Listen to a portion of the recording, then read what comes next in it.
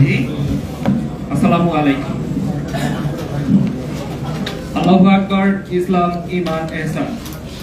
রাষ্ট্র সংস্কার, রাজনীতির গুণগত পরিবর্তন ও কর্মসংস্থান সৃষ্টির রূপরেখা শীর্ষক সাংবাদিক সম্মেলনে আগত সকল সাংবাদিক ভাইকে জানাই সুস্বাগত। আজকের এই সাংবাদিক সম্মেলনে উপস্থিত আছেন জনাব শামীম হায়দার, মহাসচিব, জাকের পার্টি। আর উপস্থিত আছেন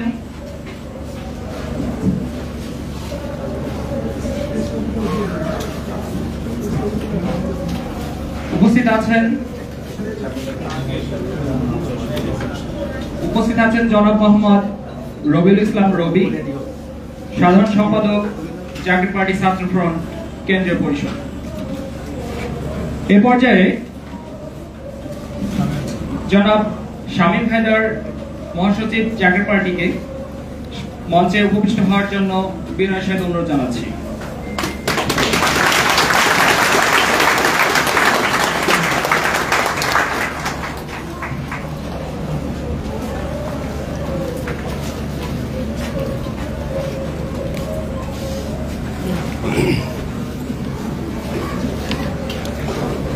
আমাদের মাঝে আরো উপস্থিত আছেন বিভিন্ন পাবলিক এবং প্রাইভেট বিশ্ববিদ্যালয়ের নেতৃবৃন্দ এবং বিভিন্ন কলেজ শাখার নেতৃবৃন্দ। সেই সাথে উপস্থিত আছেন বিভিন্ন জেলার নেতৃবৃন্দ। সবাইকে আজকের এই সাংবাদিক সম্মেলনে সুস্বাগত জানাই। এ পর্যায়ে আপনাদের সামনে রাষ্ট্র সংস্কার, রাজনীতির গুণগত পরিবর্তন ও কর্মসংস্থান সৃষ্টির রূপরেখা শীর্ষক লিখিত বক্তব্য নিয়ে আসছেন জাকের পার্টি ছাত্রফ্রন্টের সম্মানিত সাধারণ সম্পাদক জনাব মোহাম্মদ রবিউল ইসলাম রবি। আপনাদের সামনে বক্তব্য নিয়ে আসছেন জনাব মোহাম্মদ রবিউল ইসলাম রবি।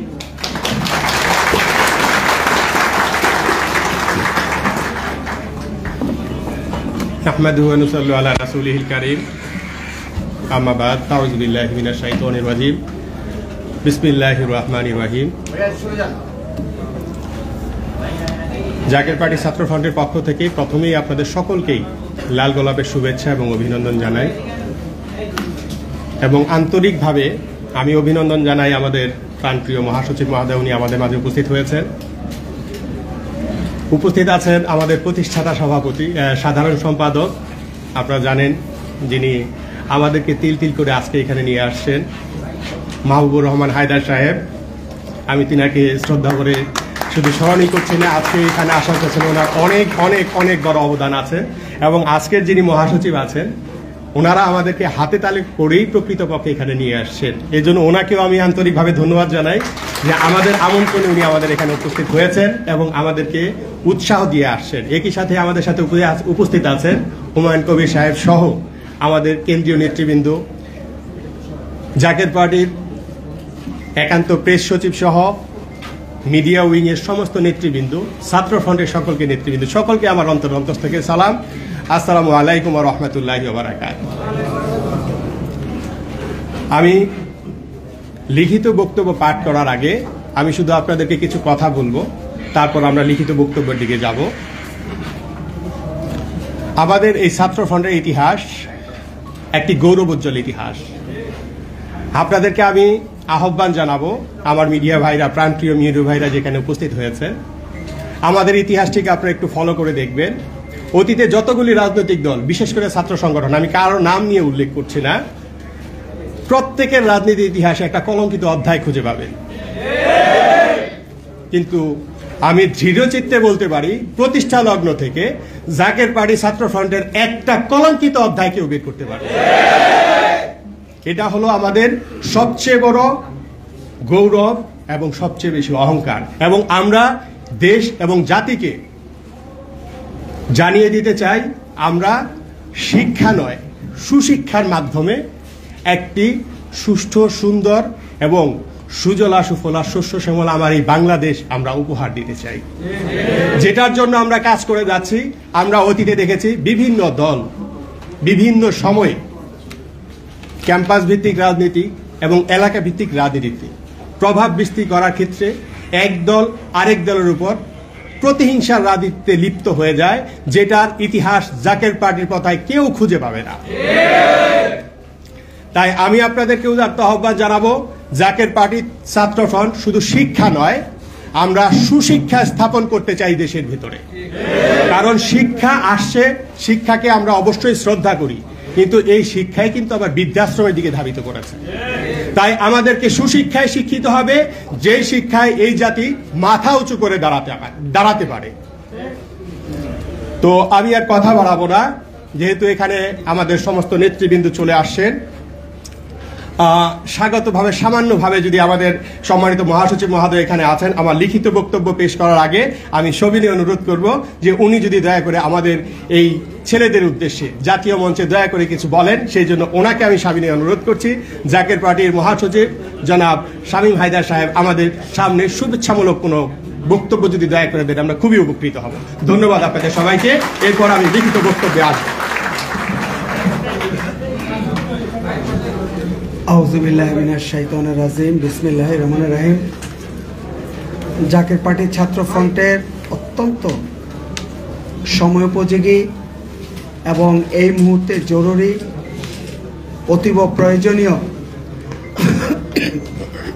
মাফ করবেন, আজকের এই গুরুত্বপূর্ণ সংবাদ সম্মেলনের শুরুতেই জাকের পার্টির মহান প্রতিষ্ঠাতা বিশ্ব ওলি হযরত মাওলানা শাহ সুফি খাজা ফরিদপুরি রহমতুল্লাহ আলাইহে সাহেবের প্রতি গভীর শ্রদ্ধা নিবেদন করছি। প্রিয় সাংবাদিকবৃন্দ, জাকের পার্টির বিভিন্ন স্তরের নেতৃবৃন্দ, জাকের পার্টির ছাত্র ফ্রন্টের বিভিন্ন স্তরের নেতৃবৃন্দ, সম্মানিত কেন্দ্রীয় সাধারণ সম্পাদক সহ মঞ্চে উপবিষ্ট নেতৃবৃন্দ, শহীদ জুয়েলের বড় ভাই জনাব জহিরুল ইসলাম সহ অভ্যাগত অতিথিবৃন্দ, আসসালামু আলাইকুম। আজকে আমরা সংবাদ সম্মেলনে উপস্থিত হয়েছি আমাদের যারা আগামীর ভবিষ্যৎ কল্যাণ রাষ্ট্র বাংলাদেশ প্রতিষ্ঠায় যারা অগ্রসৈনিক হিসাবে কাজ করবেন, জাকের পার্টি ছাত্র ফ্রন্টের সেই নির্লোভ, সৎ, ত্যাগী, আদর্শবান, দেশ ও জাতির জন্য কিছু করার জন্য যারা মরিয়া হয়ে তাদের ডেডিকেশন অব্যাহত রেখেছেন, সেই ছাত্র ফ্রন্টের যে গৌরবোজ্জ্বল ৩৫তম প্রতিষ্ঠাবার্ষিকী হয়ে গেল, এত বছরে জাকের পার্টি ছাত্র ফ্রন্ট আজকে এমন একটি অবস্থায় এসে পৌঁছেছে যে অন্যান্য বৃহৎ রাজনৈতিক দলগুলির ছাত্র সংগঠনের সাথে তিলে তিলে জাকের পার্টির ছাত্র ফ্রন্ট এমন একটি আদর্শিক অবস্থান সারা দেশে তৈরি করেছে যে জাকের পার্টির ছাত্র ফ্রন্টের সদস্যরা যে কোনো ধরনের সামাজিক বিশৃঙ্খলা, রাষ্ট্রদ্রোহিতামূলক কোনো কর্মকাণ্ড, পড়াশোনা থেকে ছাত্রছাত্রীদের মনোযোগ সরে যায়, জাতির প্রতি কর্তব্য, দায়িত্ব, জবাবদিহিতা থেকে মুহূর্তের তরে তাদের বিচ্যুত হয় পথ থেকে, এই ধরনের কোনো কর্মকাণ্ডে ছাত্রফ্রন্ট কখনো জড়িত ছিল না। মহান জুলাই বিপ্লবে জাকের পার্টি ছাত্র ফ্রন্টের রাজধানী ঢাকা সহ দেশের বিভিন্ন স্থানে তারা জীবন বাজি করে লড়াই করেছে। তার প্রমাণ আজকে আমাদের সামনে শহীদ জুয়েলের বড় ভাই জনাব জহিরুল ইসলাম আছেন, উনিও জাকের পার্টির ছাত্র ফ্রন্টের অন্যতম সক্রিয় একজন সদস্য। Dhaka residential model school and কলেজের অন্যতম মেধাবী শিক্ষার্থী ফারহান ফায়াজ, তার পিতা আমাদের জাকের পার্টির কেন্দ্রীয় যুগ্ম মহাসচিব, তার ছেলের আমাদের অত্যন্ত মেধাবী ফারহান ফায়াজের আত্মদানের পরেই এবং এখানে শহীদ আবু সাইদের কথা স্মরণ করতে হয়, তারপরে সারা দেশে অগ্নিস্ফুলিঙ্গ তৈরি হয়। আমরা চাই এই যে জুলাই বিপ্লব, তার যে উদ্দেশ্যে আবার আমরা নতুন করে স্বাধীনতা পেলাম, সেটা যেন কার্যকর হয়। আমরা বলবো যে ছাত্র সমাজের একটা বড় ভূমিকা গৌরবোজ্জ্বল ভূমিকা 52 ভাষা আন্দোলন থেকে প্রতিটা জাতীয় সংকটে ছিল এবং তারা সেই ঐতিহাসিক ডাকে সাড়া দিয়েছেন, যার ফলে আমরা এত চমৎকার বাংলাদেশ পেয়েছি। কিন্তু আজকে আমরা যে সংকটের মোহনায় দাঁড়িয়েছি, সেখানে বিভেদ বিভক্তির দেয়াল টেনে জাতিকে বিভক্ত করা চলবে না, সঙ্গত হবে না। সংস্কার যদি করতেই হয় তাহলে সকল অঙ্গনেই সংস্কার করতে হবে, সংস্কার প্রতিটা ক্ষেত্রে হতে হবে। এবং জাকের পার্টি সংস্কারের প্রতীক। জাকের পার্টি সংস্কার চায়। গত 35 বছরে জাকের পার্টি হয়তো সেইভাবে মিডিয়াতে ফোকাসড না, আমি মিডিয়াকে দোষ দিব না, আমরা হয়তো সেইভাবে ফোকাসড না, কারণ আপনারা জানেন যে দেখা যায় যে যারা প্রভাবশালী, যারা প্রভাব বিস্তার করেন, তাদেরকে কেন্দ্র করে অনেক কিছু হয়েছে দেশে। কিন্তু এবার আমরা আশাবাদী যে সব জায়গায় সংস্কারটা হবে। যেটা সাদা সেটাকে সবাই আমরা সাদা বলবো, যেটা কালো সেটাকে আমরা সবাই কালো বলবো। তো যেই জায়গাটা আমরা বলতে চাই যে আজকে ছাত্রদেরও একটা বড় ধরনের ভূমিকা আবার দেশ পুনর্গঠনে রাখতে হবে। সেই ক্ষেত্রে আমি বলবো যে সকল ছাত্র সংগঠনের সাথে নিজেদের দলীয় স্বার্থের ঊর্ধ্বে উঠে জাকের পার্টির ছাত্র ফ্রন্ট দেশ বিনির্মাণে, দেশ পুনর্গঠনে যে ডাক ঐক্যবদ্ধভাবে আসবে, জাকের পার্টির ছাত্র ফ্রন্ট দেশ মাতৃকার স্বার্থে, দেশ ও জাতি পুনর্গঠনে, দেশ ও জাতি নতুন করে পুনর্বিনির্মাণে অবশ্যই সাড়া দেবে। আমরা গত 35 বছরের সংস্কারের রাজনীতি করে এসেছি। আমাদের কথা ছিল যে জাকের পার্টি জাতীয় রাজনৈতিক সংস্কৃতির গুণগত পরিবর্তন চায়। সেটি হচ্ছে যে আপনি আজকে ক্ষমতায় থাকবেন, ক্ষমতা থেকে সরে যাবেন, আপনার বাড়িতে হামলা হবে, লুটপাট হবে। আমি কোনো দলকে উদ্দেশ্য করে বলছি না। আমরা স্বাধীনতা পরবর্তী 53 বছরে বাংলাদেশের যে রাজনৈতিক সংস্কৃতি দেখছি, এটা আমাদেরকে দুঃখ দেয়, পীড়া দেয়। জাতি হিসেবে আমরা কোথায় আছি? এক মহান 71-এ বাংলার সূর্য সন্তানরা যে স্বাধীনতা আমাদেরকে এনে দিলেন, উচিত ছিল পরবর্তীতে যে সকল জাতীয় নেতা দেশকে নেতৃত্ব দিয়েছেন, উচিত ছিল যে দেশে পরমত সহিষ্ণুতা থাকবে, বিভেদ থাকবে, আমি বিভেদ বলবো না, সরি, মত ভিন্নতা থাকতে পারে, কিন্তু যখন দেশের স্বার্থ যখন সকলের সামনে আসবে, তখন আমরা সকলে একসাথে বসবো, আমরা দেশের সংকট নিরসন করব। দেশের যে সামাজিক, সাংস্কৃতিক, ধর্মীয় সমস্যাগুলো আছে, অর্থনৈতিক সমস্যাগুলো আছে, রাজনৈতিক সমস্যাগুলো আছে, সেগুলো আমরা একসাথে বসে সমাধান করব। কিন্তু 53 বছরে আমরা এই রাজনৈতিক সংস্কৃতি দেখতে পাই নাই। রাজনীতি সেই করবে যে রাজনীতি কখনো লোভনীয়, রাজনীতি কখনো একটা লাভজনক পদ হতে পারে না।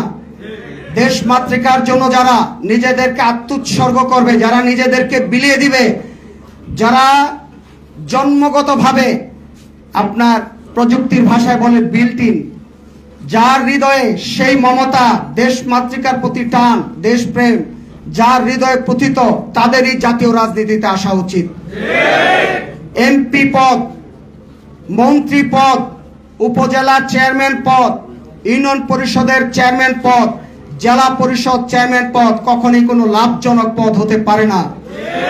আমরা 53 বছর ইতিহাসে দেখেছি এগুলি লাভজনক পদ হিসাবে স্বীকৃত হয়েছে। এবং আজকে জাতীয় সংসদে যে সকল আইন প্রণেতাদের যাওয়ার কথা ছিল, আমরা দেখেছি শেষ পর্যন্ত যারা বিত্তশালী, যারা প্রভাবশালী, যারা শিল্পপতি, তারা জাতীয় সংসদে প্রতিনিধিত্ব করেছে। তার ফলাফল এখন আমরা পাচ্ছি। কাজেই এই অবস্থার পরিবর্তন ঘটাতে হবে। আমাদের জাকের পার্টি ছাত্র ফ্রন্টের সম্মানিত কেন্দ্রীয় সাধারণ সম্পাদক, তিনি তার লিখিত বক্তব্যে সংস্কার প্রস্তাবের প্রস্তাবনা তুলে ধরবেন। আপনারা পুরোটাই জানতে পারবেন। শুধু এতটুকু বলবো যে আজকের এই সংবাদ সম্মেলনে বিভিন্ন টেলিভিশন এবং জাতীয় পত্রিকা অনলাইন নিউজ পোর্টাল, ইউটিউবাররা যারা আসলেন, আপনাদেরকে আন্তরিক ধন্যবাদ। এখন থেকে আপনাদেরকে আমরা পাশে চাই। আমরা কোনোদিন টেন্ডারবাজি, চাঁদাবাজি, কোনো দলের সাথে জোটভুক্ত হয়ে এমপি পদ নেওয়া, ইউনিয়ন পরিষদের চেয়ারম্যান পদ নেওয়া, উপজেলা পরিষদের চেয়ারম্যান পদ নেওয়া, মন্ত্রিত্ব নেওয়া, কোনো ধরনের যে রাজনৈতিক সুযোগ সুবিধা থাকে, বিদেশে সফর করা, আমরা এগুলি কোনোদিন করি নাই, ভবিষ্যতেও করব না। আপনাদের দোয়ার বরকতে, আপনাদের ভালোবাসার সমর্থনে যদি আল্লাহ পাক আমাদেরকে আপনাদের খেদমত করার সুযোগ দেয়, সেবা করার সুযোগ দেয়, নিশ্চিতভাবেই আপনাদেরকে আমরা দৃঢ় অঙ্গীকার করতে পারি, ইনশাআল্লাহ তাআলা আমাদের কাছ থেকে আপনারা ভালো কিছুই পাবেন। মহান ৭১-এ যারা দেশের জন্য রক্ত দিয়েছেন, যে মা বোনরা তাদের জীবনের সবচেয়ে সেরা সম্পদ লুটিয়ে দিয়েছেন, এবং জুলাই বিপ্লবে যারা আত্মাহুতি দিলেন, আমরা দৃঢ় বিশ্বাসী মহান রাব্বুল আলামিনের রহমতে ইনশাআল্লাহ তাআলা জাকের পার্টির মহান প্রতিষ্ঠাতা বিশ্বওলি হযরত মাওলানা শাহ সুফি খাজা ফরিদপুরি রহমতুল্লাহ আলাইহি সাহেবের দোয়ার বরকতে নিশ্চিতভাবেই জাকের পার্টি এমন একটি চমৎকার রাষ্ট্র ব্যবস্থা গড়ে দিবে, যেখানে হিন্দু, মুসলিম, বৌদ্ধ, খ্রিস্টান বহু সম্প্রদায়ের বহু সাম্প্রদায়িক সম্প্রীতি থাকবে। গণতন্ত্র, ইসলাম, সমাজতন্ত্র সমস্ত কিছুর অভূতপূর্ব ভারসাম্য থাকবে, যেখানে আর কোনোদিন কোনো রাজনৈতিক পদ, কোনো জনপ্রতিনিধির পদ লাভজনক পদ হিসেবে বিবেচিত হবে না, সবাই হবে মহান ব্রত। আর আপনারা জানেন জাকের পার্টির 4টি মূলনীতির অন্যতমটি হচ্ছে আর্তমানবতার সেবা করা। আমরা গত 35 বছরে অনেকের কটু কথাই শুনেছি, আমরা কখনো বিচলিত হইনি, আমরা কখনো মনে কষ্ট নেইনি। তাদের এই ধরনের কটুবাক্য, তাদের তুচ্ছ তাচ্ছিল্য আমাদের আত্মবিশ্বাসকে আরো বহু গুণে বাড়িয়ে দিয়েছে, আমাদের জাতির প্রতি ডেডিকেশন আরো বহু গুণে বাড়িয়ে দিয়েছে। এখন আমরা আরো নিশ্চিন্তে বলতে পারি, আমাদের যে ফ্রেশ স্পিরিট, ইয়াং স্পিরিট, তারা জাকের পার্টির কর্মসূচি বাস্তবায়নে যে কোনো ত্যাগ স্বীকারের জন্য প্রস্তুত আছে। আমি আবারও দ্ব্যর্থহীন কণ্ঠে বলতে চাই, জাকের পার্টি ব্যক্তি বা দলীয় স্বার্থ নয়, সবার আগে জাতীয় স্বার্থকে প্রাধান্য দেয়। শুধু বলবো যে এখন জাতীয় রাজনীতিতে নীতি, নৈতিকতা, মানবিকতা, সততা, ন্যায়নিষ্ঠতা এবং আদর্শের মূল্যায়ন হওয়া উচিত। অবশ্যই মূল্যায়ন হওয়া উচিত। সংস্কার যেমন সকল ক্ষেত্রে হতে হবে, তেমনি 18 কোটি জনগণকেও এবার নিজের সংস্কার সাধন করতে হবে, যে করে টাকার নোট দেখলে আর বিভ্রান্ত হব না, পাজেরো গাড়ি দেখলে আর বিভ্রান্ত হব না। কৃষকের সন্তান সেরা না বিত্তশালীর সন্তান সেরা, সেটা তার কাজ দিয়ে প্রমাণ হবে। কাজেই আর ভুল সিদ্ধান্ত নেওয়া যাবে না। আপনারা ভালো থাকবেন, সুস্থ থাকবেন। আমাদের কেন্দ্রীয় সাধারণ সম্পাদক প্রস্তাবনা উপস্থাপন করবেন। আশা করি যে জনগণের, জাতির মনোভূত হবে। আপনারা ভালো থাকবেন। ধন্যবাদ।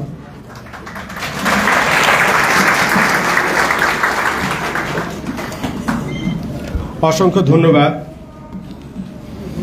জাকের পার্টির সম্মানিত মহাসচিব মহোদয়কে। এখন আপনাদের সামনে আমি আজকের প্রেস কনফারেন্সের মূল প্রতিপাদ্য উপস্থাপন করতে যাচ্ছি।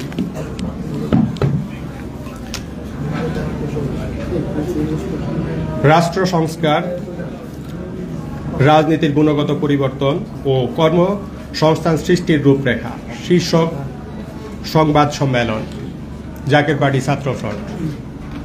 প্রিয় নেতৃবৃন্দ ও সাংবাদিকবৃন্দ, সকলকেই আমার সালাম। আসসালামু আলাইকুম ওয়া রাহমাতুল্লাহি ওয়া বারাকাতুহু। অন্যান্য ধর্মাবলম্বী যারা আছেন তাদেরকে আমার লাল গোলাপের শুভেচ্ছা এবং অভিনন্দন। যাদের আত্মত্যাগ, সবাইকে আগে প্রেস লিস্ট আগে দয়া করে দেওয়ার জন্য সবিনয় অনুরোধ করছি। লিখিত বক্তব্যটা দয়া করে সবার হাতে একটু দয়া করে যদি পৌঁছে দেন।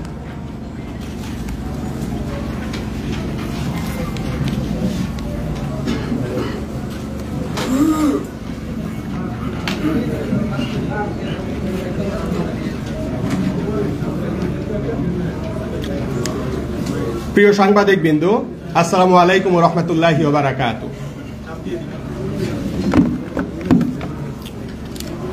যাদের আত্মত্যাগ ও অবদানে নতুন বাংলাদেশ পেলাম, শহীদ আবু সাঈদ সহ সকল বীর শহীদদের শ্রদ্ধা ভরে স্মরণ করি। সেই সাথে জাকের পার্টি ছাত্র ফ্রন্টের 2 শহীদ ফারহান ফায়াজ ও শহীদ জুয়েলকেও শ্রদ্ধার সাথে স্মরণ করি। এখানে একটি বিষয় পরিষ্কার করতে হয়, জাকের পার্টি আওয়ামী লীগের নেতৃত্বাধীন 14 দলের জোটে কখনো ছিল না। বিএনপির নেতৃত্বাধীন 36 দলীয় জোটেও কখনো জাকের পার্টি ছিল না।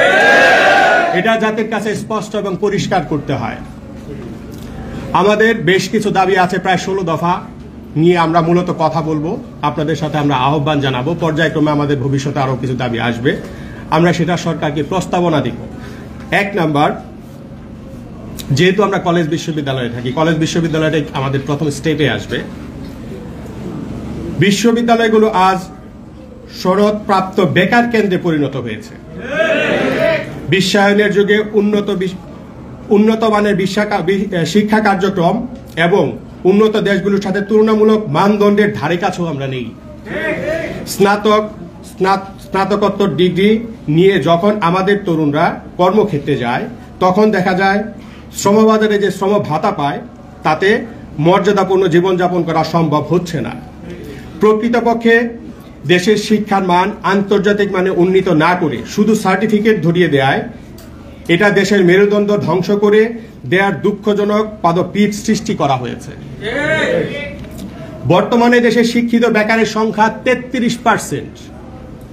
আমি আবার উচ্চারণ করছি, দেশে বর্তমানে শিক্ষিত বেকারত্বের হার 33%, আর দেশের 85% হলো যুবক, যাদের বয়স 35 বছরের নিচে। এই বিশাল কর্মশক্তিকে দেশের শ্রমবাজারে যেভাবে সংযুক্ত করার কথা ছিল, পর্যায়ক্রমে সেই সকল পদক্ষেপ কিন্তু নেওয়া হচ্ছে না। কাজেই যুব বেকারদের হার নিরসন কল্পে সংস্কার সাধন করতেই হবে। 3, দেশে পিএইচডি, এমফিল, মাস্টার্স ও রিসার্চ ডেভেলপমেন্টে যথাযথ বিনিয়োগ নেই। অথচ ইসরায়েল একটি ছোট্ট দেশ, সারা পৃথিবী কাঁপাচ্ছে, কারণ তারা রিসার্চ অ্যান্ড ডেভেলপমেন্ট এবং প্রযুক্তিতে ব্যাপক বিনিয়োগ করতে পেরেছে। ইসরায়েল এক্ষেত্রে জিডিপির 6 থেকে 7% বিনিয়োগ করেছে। সাউথ কোরিয়া রিসার্চ অ্যান্ড ডেভেলপমেন্টে বিনিয়োগ করেছে 4.5%, আর এক্ষেত্রে বাংলাদেশের বিনিয়োগ করেছে 0.5%, যা একেবারেই নগণ্য। রিসার্চ অ্যান্ড ডেভেলপমেন্টে ন্যূনতম 3% বিনিয়োগ করা দরকার, যাতে ভবিষ্যতে বাংলাদেশ কন্ডাক্টর চিপ,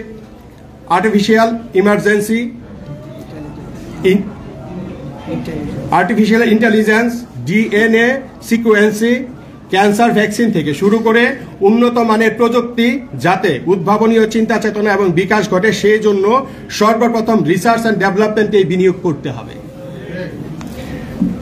4, বাংলাদেশের বিশ্ববিদ্যালয়গুলিকে রিসার্চিং হাবে পরিণত করতে হবে।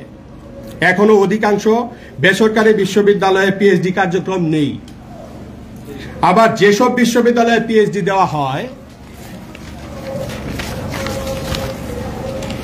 এমফিল দেওয়া হয়, তাতে কিছু কিছু ক্ষেত্রে জালিয়াতির অভিযোগও পাওয়া যায়, যা খুবই দুঃখজনক। কাজেই বিরাজমান বৈশ্বিক বাস্তবতায় এই ক্ষেত্রে সংস্কার করতেই হবে। 5, জাতিসংঘের সাধারণ পরিষদে অধিবেশনে অন্তর্বর্তী সরকারের মাননীয় প্রধান উপদেষ্টা প্রফেসর ডক্টর মোহাম্মদ ইউনুস মার্কিন প্রেসিডেন্ট জো বাইডেনের সাথে বৈঠক করেছেন। 4 দিনে আরো 40টির মতো বৈঠক করেছেন। আমাদের মধ্যমণি হিসেবে আন্তর্জাতিক পর্যায়ে ব্যাপক স্বীকৃতি লাভ করেছেন। তিনি দেশের জন্য ব্যাপক অর্থ তহবিল $7.5 বিলিয়ন ঋণ প্রতিশ্রুতি এনেছেন। অতীতের ঋণ থেকে বেরিয়ে এসে নতুন ঋণের প্রয়োজন। পর্যায়ক্রমিক ঋণ নির্ভরতা দেশের অর্থনৈতিক কিন্তু ব্যাপক বিপাকে পড়ে যাওয়ার একটি সম্ভাবনা থাকে। এছাড়াও দেশের বৈদেশিক মুদ্রার রিজার্ভ একেবারেই তলানিতে চলে এসেছিল। সেই ব্যাপারে আপনারা সবাই ওয়াকিবহাল আছেন। তাই এমতো অবস্থায় বলতে হয়, ঋণ নয়, ডোনেশন নয়, আন্তর্জাতিক যে প্রতিষ্ঠানগুলি আছে যেমন অ্যাপেল, গুগল, টেসলা সহ এই ধরনের অন্যান্য প্রতিষ্ঠান যাতে আমাদের দেশে বিনিয়োগ করে, সেই জন্য অন্তর্বর্তীকালীন সরকারের মাননীয় প্রধান উপদেষ্টা যেন আমেরিকা সহ উন্নত দেশগুলিকে আহ্বান জানান। 6, বাংলাদেশিরা আন্তর্জাতিক পুঁজিবাজারে কেন বিনিয়োগ করতে পারবে না? বৈধ চ্যানেল, ব্যাংকিং চ্যানেলে আমরা যদি বৈদেশিক বিনিয়োগের একটি সূত্র বের করতে পারি, তাহলে বিনিয়োগের উচ্চ মুনাফা আমরা লাভ করতে পারি। আমরা ইউটিউব, ফেসবুক, মেসেঞ্জার, হোয়াটসঅ্যাপ সব ব্যবহার করছি। অ্যাপেলের আইফোন, স্যামসাং এর গ্যালাক্সি ব্যবহার করছি, অথচ এই প্রতিষ্ঠানগুলিতে কিন্তু আমাদের বিনিয়োগের সুযোগ নেই। এই ক্ষেত্রে আমাদের উদ্যমী তরুণ প্রজন্মকে আন্তর্জাতিক পুঁজিবাজারের সাথে সংযুক্ত করতে না পারি, তাহলে কিন্তু নতুন নতুন অর্থের উৎস থেকে আমরা বঞ্চিত হব। দেশীয় পুঁজিবাজার ঢাকা স্টক এক্সচেঞ্জের কথা যদি বলি, তাহলে বলতে হয় এটি একটি কারসাজির কারখানাতে পরিণত হয়েছে। পুঁজিবাজারে বিনিয়োগ করলে দেখা যায় ব্যাপক ধ্বংসে পরিণত হয়েছে। জমি ক্রয় করলে দেখা যায় বিনিয়োগকারী জমি ধরে রাখতে পারছে না। তাহলে স্বাভাবিক প্রশ্ন জাগে, বাংলাদেশের মানুষ কোথায় বিনিয়োগ করবে? এই ক্ষেত্রে বিনিয়োগের কোনো স্থান নেই। তাই আমাদের সুস্পষ্ট প্রস্তাবনা, আন্তর্জাতিক পুঁজিবাজারে বৈধ পথে বাংলাদেশিদের বিনিয়োগ করার সুযোগ করে দিন। 8, চিকিৎসা খাতে যদি আমরা উন্নত করতে চাই, তাহলে সর্বপ্রথম মন্ত্রী, এমপি, আমলা, প্রতিষ্ঠিত ব্যক্তিবর্গ, শিল্পপতি, ব্যবসায়ীদের বাংলাদেশে হাসপাতালে চিকিৎসা নেওয়া বাধ্যতামূলক করতে হবে। আমরা আশা করি যদি এতে চিকিৎসা খাতে অতি দ্রুত এবং ব্যাপক পরিবর্তন আনা সম্ভব হবে। বাংলাদেশের প্রশাসনিক বিকেন্দ্রীকরণ করতে হবে এবং ভবিষ্যতে নাম্বার 9, বাংলাদেশের প্রশাসনিক বিকেন্দ্রীকরণ করতে হবে এবং ভবিষ্যতে জেলা ভিত্তিক অর্থাৎ 64টি জেলায় বাজেট বরাদ্দ করতে হবে। প্রাদেশিক সরকারের মাধ্যমে বাজেট বরাদ্দ করলে অর্থের সুষম বন্টন এবং বাজেটের গুণগত ব্যয় নিশ্চিত করতে হবে।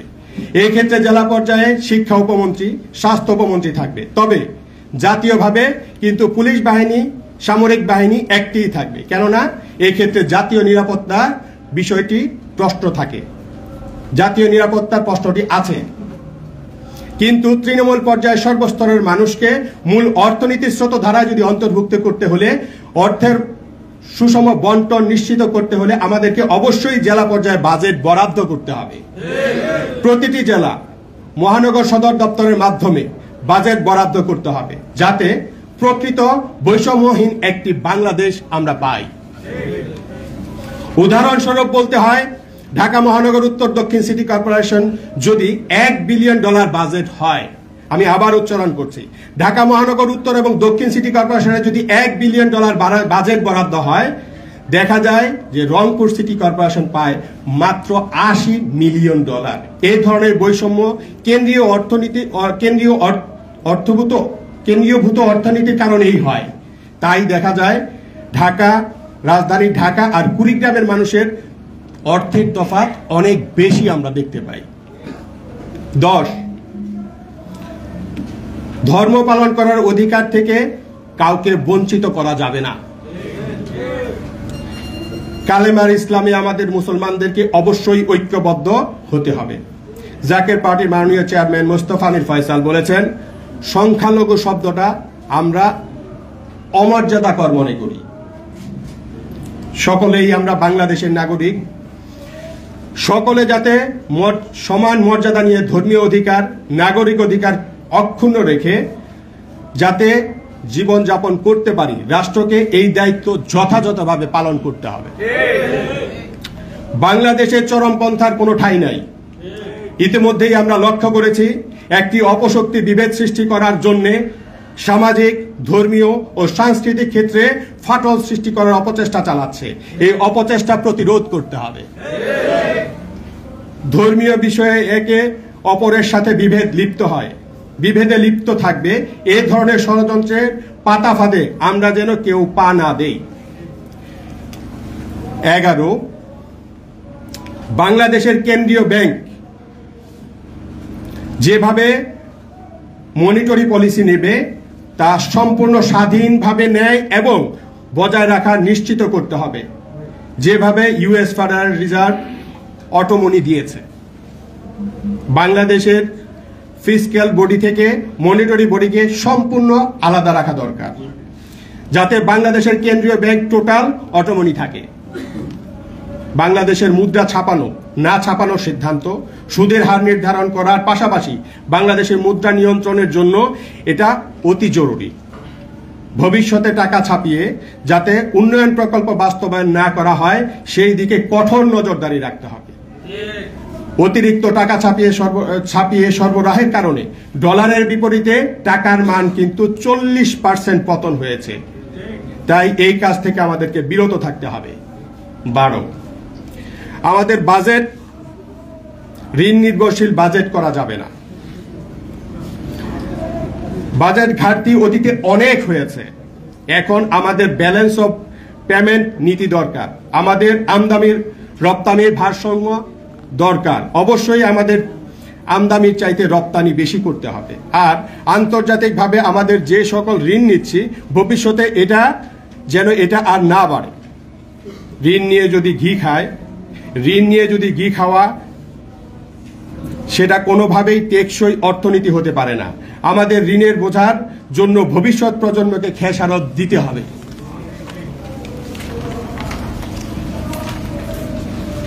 13, 53 বছরের ইতিহাসে গণতন্ত্র প্রতিষ্ঠা পায় নাই। যারাই ক্ষমতায় এসেছে তারাই ক্ষমতা কুক্ষিগত করার অপচেষ্টা চালিয়েছে। বাংলাদেশের মানুষকে একটি অবাধ, সুষ্ঠু ও নিরপেক্ষ উৎসবমুখর নির্বাচন উপহার দিতে হলে কালো টাকার প্রভাব বন্ধ করতে হবে। কালো টাকার প্রভাব বন্ধ না হলে 100 বছরেও বাংলাদেশের একটি সুষ্ঠু ও অবাধ নির্বাচন সম্ভব হবে না। দেখা যায় টাকার জোরে, ক্ষমতার জোরে যে ভোট কেন্দ্র দখল করে নেয় নির্বাচনে সেই কিন্তু বিজয় লাভ করে। কৃষকের সন্তান আর বিত্তশালীর সন্তান নির্বাচনে প্রার্থী হওয়া এবং প্রতিদ্বন্দ্বিতার ক্ষেত্রে যে বৈষম্য, কালো টাকার প্রভাব তা যদি নির্মূল করা না যায় তাহলে বৈষম্যহীন বাংলাদেশ প্রতিষ্ঠিত হবে না। আর গণতন্ত্র শুধু নির্বাচনের দিন নয়, প্রতিদিনই চর্চা করতে হবে। আইনের শাসন নেই, মানবাধিকার লঙ্ঘন হয়, এমন পরিবেশে হঠাৎ করেই অবাধ, নিরপেক্ষ, সুষ্ঠু নির্বাচন সম্ভব নয়।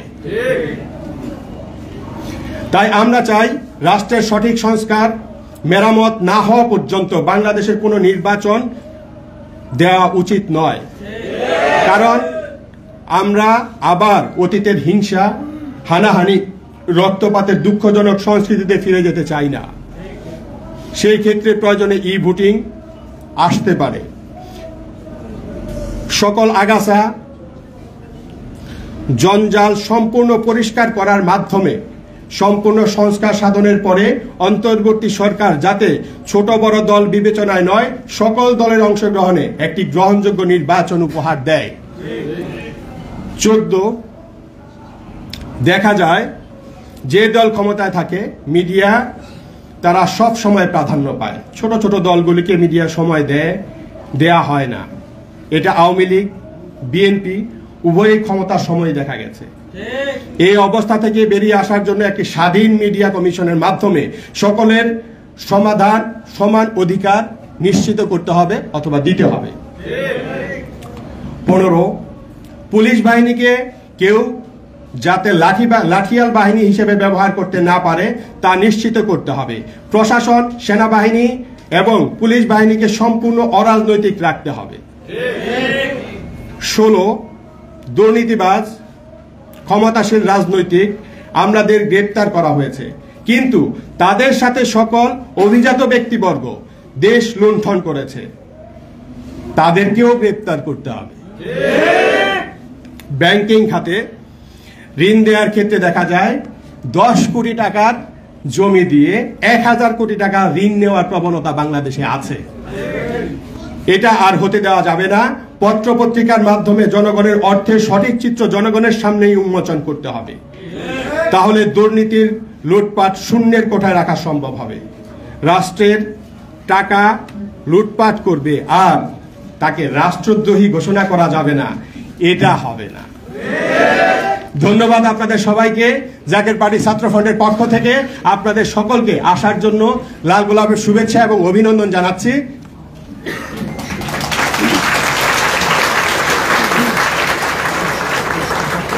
এখন আপনাদের যদি এই লিখিত বক্তব্যের উপর কোনো প্রশ্ন থাকে দয়া করে আমাকে করতে পারেন, এবং আমার মহাসচিব মহোদয় এখানে আছেন আমাদের অতিথি হিসেবে।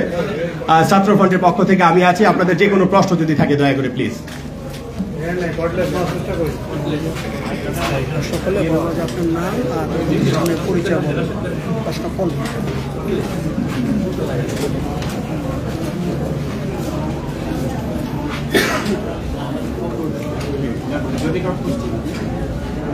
যদি কেউ প্রশ্ন করতে চান তাহলে মাইক্রোফোনটা ওনার কাছে পাস করবো।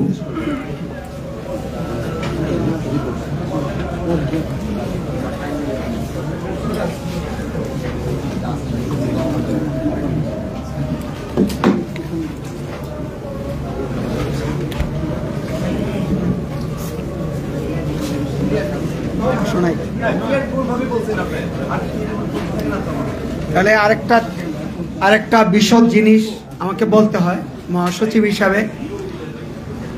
এখন সংস্কারের ধারা চলছে, আমরা সংস্কারের পক্ষে, সংস্কারের রাজনীতি করে জাকের পার্টি। আগামী 6 অক্টোবর থেকে সারা দেশে জাকের পার্টি জেলা পর্যায়ে ইউনিয়ন ভিত্তিক সাংগঠনিক সভা কর্মসূচি শুরু করবে এবং একই সাথে রাজধানী ঢাকা উত্তর, ঢাকা মহানগর উত্তর এবং ঢাকা মহানগর দক্ষিণ সহ দেশের বাকি 11টি সিটি কর্পোরেশনে অর্থাৎ মহানগরে ওয়ার্ড ভিত্তিক সাংগঠনিক সভা শুরু হবে। জাকের পার্টির মূলদল এবং সহযোগী সংগঠনের কেন্দ্রীয় নেতৃবৃন্দের সমন্বয়ে গঠিত একটি শক্তিশালী প্রতিনিধি দল, তারা 64টি জেলা এবং ঢাকার বাইরের 11টি মহানগর সফর করবেন এবং একই সাথে সফরের কর্মসূচির অংশ হিসাবে ঢাকা মহানগর উত্তর এবং দক্ষিণের প্রতিটি ওয়ার্ডে তারা সফর করবেন। প্রিয় সাংবাদিক বন্ধুগণ, আমরা আশা করছি এই সংবাদটি আপনারা গুরুত্ব সহকারে প্রচার করবেন। আপনাদেরকে আবারও জাকের পার্টি চেয়ারম্যান মোস্তফা আমির ফয়সাল এবং জাকের পার্টির মাননীয় senior vice chairman doctor Sayem Amir ফয়সালের পক্ষ থেকে আন্তরিক অভিনন্দন এবং শুভেচ্ছা জানাচ্ছি। আপনারা ভালো থাকবেন, সুস্থ থাকবেন, সবসময় আপনাদেরকে আমরা পাশে পেতে চাই। ধন্যবাদ।